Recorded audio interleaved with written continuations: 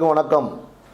வருகிற ஜனவரி 25 முத்தரையர்களின் அரசியல் அதிகார மீட்பு மாநாடு. தமிழகத்தில் பெரும்பான்மையாக வாழக்கூடிய இந்த முத்தரையர் சமூகத்தினுடைய அரசியல் சிறுபான்மை சமூகத்திடம் இருக்கிறது. இதை மீட்பதற்காக தமிழகம் முழுக்க இருக்கக்கூடிய நமது சமூக உறவுகள் வருகிற ஜனவரி 25 அன்று திருச்சியை நோக்கி வரவங்களை அன்போடு அழைத்து, எதற்காக இந்த மாநாடு அப்படின்னா 30லிருந்து 40 சட்டமன்ற தொகுதிகளில் ஒரு முத்தரையருக்கு தான் வாக்களித்தார்னு சொன்னால் 30லிருந்து 40 சட்டமன்ற உறுப்பினர்கள் சட்டசபைக்கு போகணும். ஆனால் இன்றைக்கி அதிமுகவிலும் திமுகவிலும் சேர்த்து 5 சட்டமன்ற உறுப்பினர்கள் தான் இருக்கும். இதை மாற்றணும். நாமளும் அரசியல்வாதியாக மாறணும். அரசியல் அதிகாரம் ஒன்று தான் இந்த மக்களுடைய வாழ்வியலை மேம்படுத்தும் என்பதை மனதிலே வைத்து வீர முத்தரையர் முன்னேற்ற சங்கமும் தமிழர் தேசம் கட்சியும் இந்த பெரும் மாநாட்டை ஏற்பாடு செய்திருக்கிறது.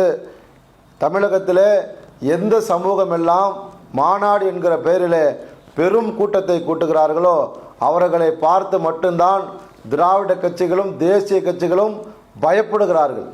அவர்களுடைய கோரிக்கைகளை நிறைவேற்றுகிறார்கள்.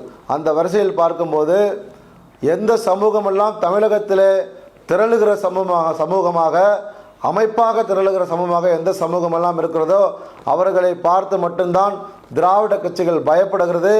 அவர்களை கூட்டணி என்கிற பெயரிலே ஒட்டுமொத்தமாக அந்த சமூக மக்களுடைய வாக்குகளை பெறுவதற்காக அவர்களை சட்டமன்ற, பாராளுமன்ற, உள்ளாட்சி பிரதிநிதி ஆக்குகிறார்கள். அதே போல இந்த முத்தரையர் சமூகமும் தமிழர் தேசம் என்கிற பெயரில் சட்டமன்ற, பாராளுமன்ற, உள்ளாட்சி பிரதிநிதியாக கூட்டணி என்கிற பேரில் வந்தால் மட்டுமே நமக்கான அரசியல் அதிகாரம் கிடைக்கும். அந்த அரசியல் அதிகாரம் கிடைக்க வேணும்னு சொன்னால் நாமெல்லாம் பெரும் கூட்டமாக திருச்சியிலே கூடணும். கட்சியை மறந்துடணும். நான் அதிமுககாரன், திமுககாரன், பிஜேபி, காங்கிரஸ்ன்னு சொல்லாமல் நான் முதலிலே ஒரு முத்தரையன், அதற்கு பிறகுதான் அதிமுக, திமுக, பிஜேபி போன்ற கட்சிகளில் இருக்கிறேன் என்பதை உணர்ந்து அனைவருமே இந்த மாநாட்டிலே கலந்து கொண்டு நமக்கான அரசியல் அதிகாரத்தை மீட்க வீர முத்தரையர் முன்னேற்ற சங்கத்தின் சார்பிலும் தமிழர் தேசம் கட்சி சார்பிலும் உங்களை அன்போடு அழைக்கிறேன். நன்றி.